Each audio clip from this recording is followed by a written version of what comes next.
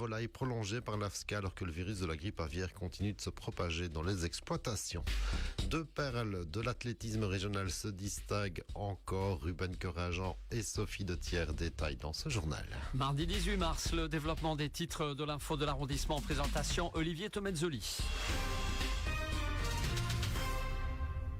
Bonjour à tous et on commence avec une info judiciaire avec le classement sans suite du décès d'un homme de 37 ans survenu lors d'une soirée d'anniversaire à Ebertingen, sur la commune d'Amblève. Ça s'était passé en septembre dernier. L'homme était décédé suite à une chute d'un talus à la sortie de la salle et on pouvait soupçonner l'intervention d'un tiers dans ce décès considéré comme suspect.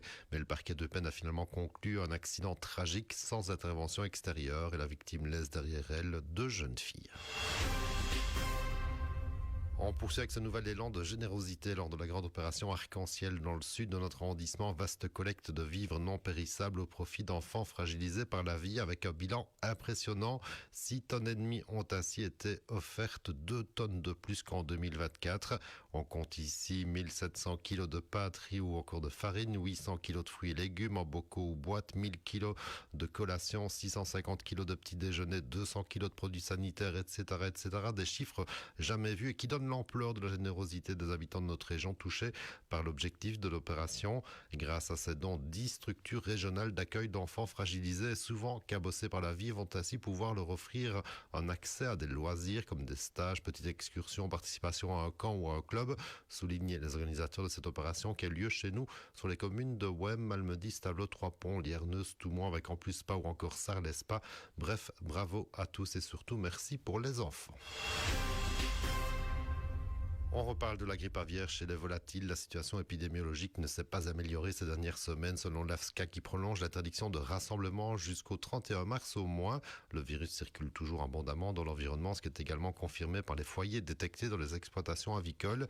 Et la situation dans les pays voisins est similaire. En résumé, l'interdiction concerne les rassemblements des oiseaux d'espèces volailles détenues par des particuliers. La présence de ces oiseaux particuliers sur les marchés réguliers ou encore les foires annuelles est également interdite.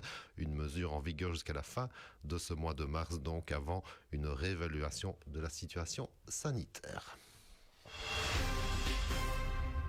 Et de l'athlétisme pour terminer avec de très belles nouvelles de la part de nos athlètes régionaux, avec tout d'abord la confirmation de la grande forme de Ruben Corageant, vainqueur du classement général de la Cross Cup et qui a déjà réussi sa transition sur le bitume avec un record du Luxembourg où il est affilié sur 10 000 mètres route. C'était ce week-end à Lille avec un chrono de 28 minutes 25 secondes, près d'une minute sous le précédent record national luxembourgeois et surtout bien en dessous aussi des minima pour les championnats d'Europe qui se dérouleront à Louvain mi-avril. Ça promet. Et une autre belle promesse, c'est Sophie de Thiers, 17 ans, qui accumule les podiums en cross sur piste. Elle est affiliée au Malmedy Athletic Club et en plus elle va pouvoir s'améliorer encore puisqu'en plus de son statut de sportive de haut niveau de l'ADEPS, elle vient de décrocher une bourse pour aller étudier en sport-études à la Florida Atlantic University, c'est en Floride donc aux États-Unis, et cela pour un programme de 4 ans. C'est la belle histoire racontée ce matin dans les pages de la Meuse-Verviers.